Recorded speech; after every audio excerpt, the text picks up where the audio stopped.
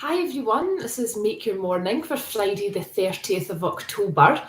Joys of technology this morning. I was saying I was about to go live and then my machine completely crashed, so hence being a little bit late with you today, but really excited to bring the topic, which is self-talk, to you today. So I'm just going to give it a moment, and I can see somebody's joining me live, so that's amazing. And we'll just get started since we are a little bit late. So why self-talk today? So we've been doing a few meditations as we've gone through the week, and one thing that meditation and mindfulness practice have helped me with is becoming more aware of my thoughts and therefore more able to do something about them. So my kind of natural tendency, if I think about when I was quite young and into teenage years, was kind of default into quite a nervous, negative place about a lot of things. So worrying about things, overthinking, always looking at maybe the worst case scenario, not all the time, but if I think about in my studies, exams, that sort of thing, would really get really quite worked up about all these different types of things. And as I've, I guess, developed myself, understood myself more, I've really become aware of how important this inner dialogue or self-talk is, and how, especially right now, it would be so, I guess, so understandable to constantly be in a place of frustration, worry, being quite anxious about things. And I think there's a few things that we can do to help ourselves in terms of how we're kind of thinking about things and how we're talking to ourselves. So one of the things that I've mentioned with you before is around setting intentions. So how do you want to feel on a given day? Because by setting that intention and setting it in the present tense, for example, I am productive, I am happy, what we're doing is we're telling our subconscious mind that this is how we're feeling. And even if you don't feel like it, then what it does is that if we repeat it, then it's kind of helping the programming of, I guess, changing the neural pathways in our brain, to feel and to think something different. But also what it's doing is, if you set an intention, you set a goal, your brain tends to want to answer a question. So if I'm saying I am productive, I then go to the place of thinking about, right, what do I need to do today to be productive? Or what do I need to feel productive as well? So it's really fascinating when we start to shift our lens of focus. And that's really the other point that I wanted to mention with you all, is what we focus on, we tend to see more of. So if you've ever bought a new car, you tend to begin to see that make and model of that car on the road all of the time. Is it that suddenly everybody's bought the same car as you? No. Is it that we've shifted our lens of focus? Absolutely. So if you then in your kind of day-to-day or daily life focus on all the things that aren't going right, or all the things that are challenging, or problems, or things that might happen, then often what you're seeing is the negative side of things, because there's plenty of it right now, and we sometimes get caught in this spiral of moaning or complaining about things, or overthinking or worrying about things that haven't even happened. There's a quote out there that somebody, I'm not sure who said it, but say, 98% of the things that we worry about never actually happen. So why spend all the energy on the worry and the what if, rather than being in that present moment?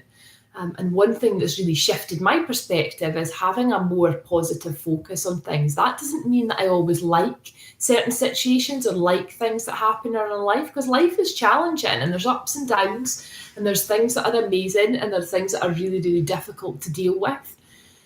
In any situation, if we look at what can we do to influence the situation, can we do to make it a little bit easier, a little bit better? How can we look for opportunities and even really challenging situations as well?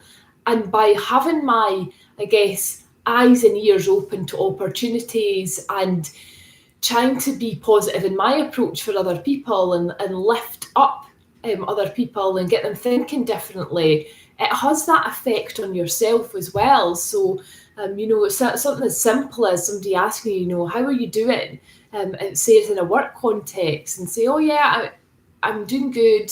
I'm working on this project, rather than just starting the conversation with, well, I'm surviving, what else can you do? I'm a bit fed up and things. And that's not to say that you don't have the vent, you don't have the rant, but if we're always in that place, the conversation that we have thereafter is impacted by that. So just thinking about the energy that you bring to others, because often people will match and mirror that energy as well. I may have mentioned it before on these Make Your Morning sessions, but I think it's well worth repeating. In terms of ways of shifting your focus internally, when you're feeling negative about something or you're worrying about something, and it comes every day, because our brain is set up and wired to keep us safe, and that survival instinct often cuts in that kind of fight or flight if we don't feel comfortable in a certain situation. So a way that I've helped myself kind of overcome some of the negative thoughts is by asking questions. So again, I mentioned earlier, our brain likes to fix things, solve things, answer questions. So if I'm thinking, I'm really worried about the next few months, worried about health of people that are close to me, worried about work, whatever it might be, I'll always ask myself the question, how can I positively influence whatever I'm worrying about right now? And it's not a big thing necessarily that I can do. It's not I've got a magic wand. It's not that I'm going to solve everything. But I always think if we can be positively influencing a situation, even if it's a really small action, then it can make us feel a lot better, and it can stop us going into a really kind of deep pit or a spiral of just negative thoughts. And I think it's going to be really important this winter that we kind of keep ourselves topped up and we keep ourselves focused on some of the good things that are happening. And I have kind of banged the drum for gratitude, and I would bang the drum for it again in terms of taking time every day to focus on what's going really well, what you're grateful for, who you have in your life, that's an amazing support for you, the great opportunities and experiences that you're having, maybe the good laugh that you had with a friend, whatever it might be, just writing those down, and also sharing kind of gratitude with other people. Too. Another thing in terms of our self-talk that I observe has a big impact on people is around confidence. So a lot of people, even those that seem really outwardly confident, often struggle around confidence and the dialogue that's going on around, am I good enough? What do they think? Am I going to look stupid? I've got this meeting or presentation to do, and actually what if I get asked a question and I don't know what it is, and I look like I don't know my topic and things. And confidence shows up differently for different people. So confidence for me, somebody who's quite introverted, can look very different to somebody who's very extroverted and likes to speak and likes to be quite animated in their style. Now, I can absolutely dial up that animation and I can talk. I come on here and talk every day for 15 minutes. I run workshops and I coach people and ask questions and help to develop them. But confidence for me, there's a few things. So it's about what you say. So how do you talk about yourself and how do you talk about other people?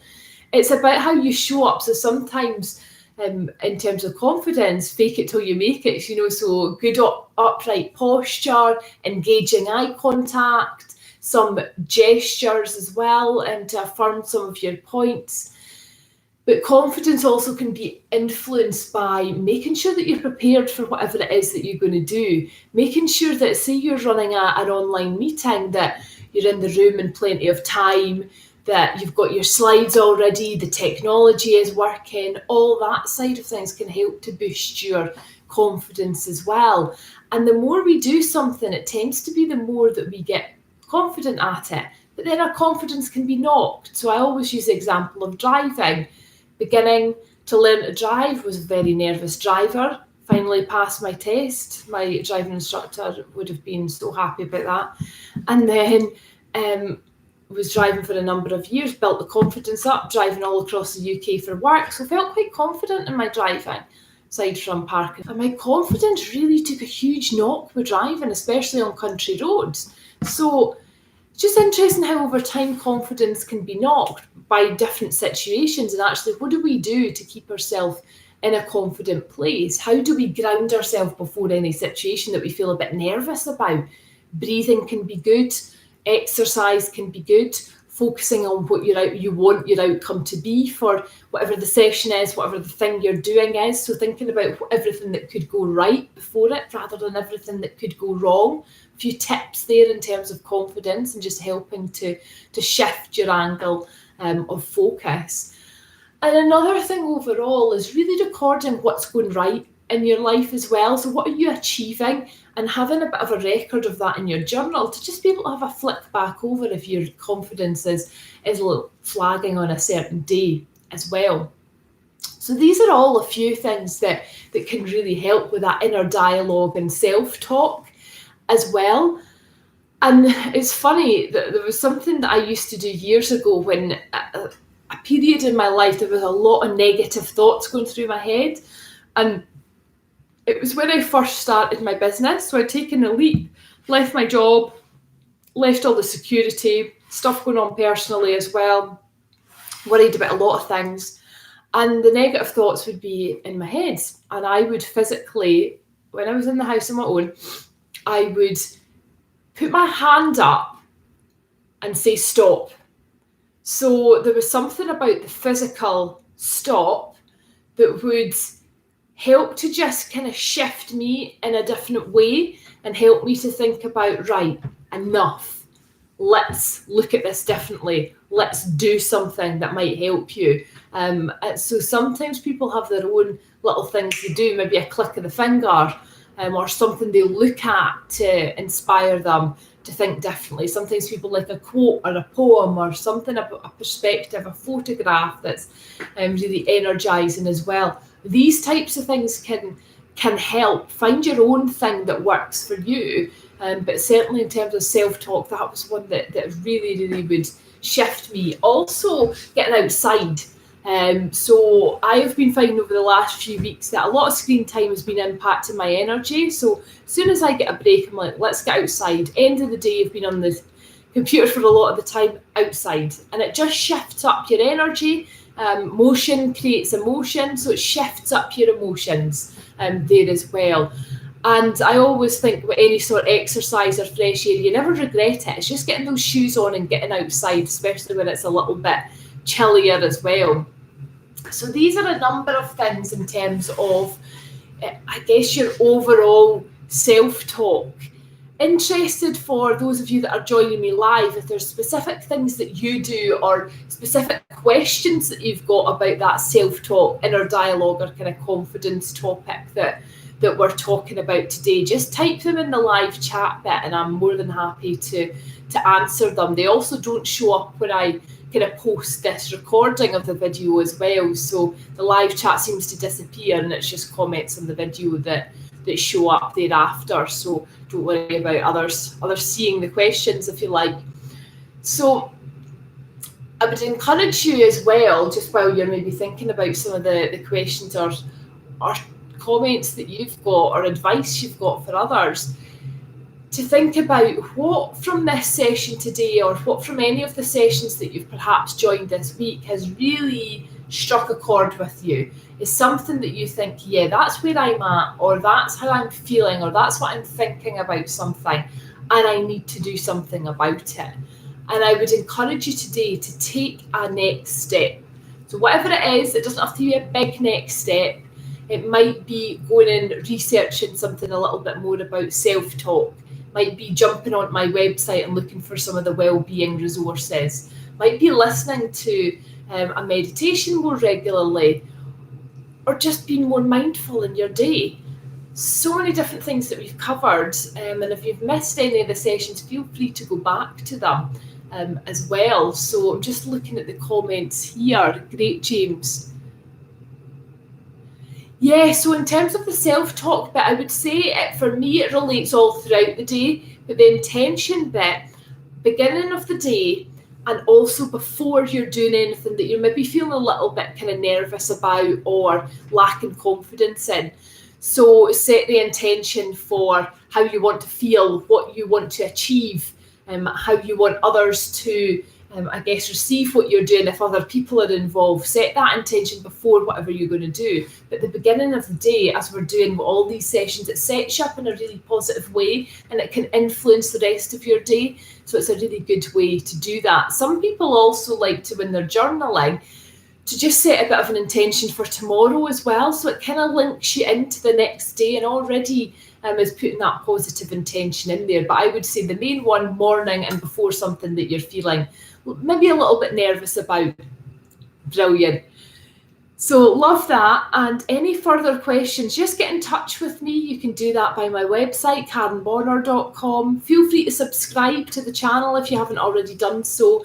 And I just so appreciate those of you joining me live and those of you watching the recordings as well. So that's over 5 weeks we've been doing these sessions for now. So any topics you want to see, any feedback you've got around them, please let me know.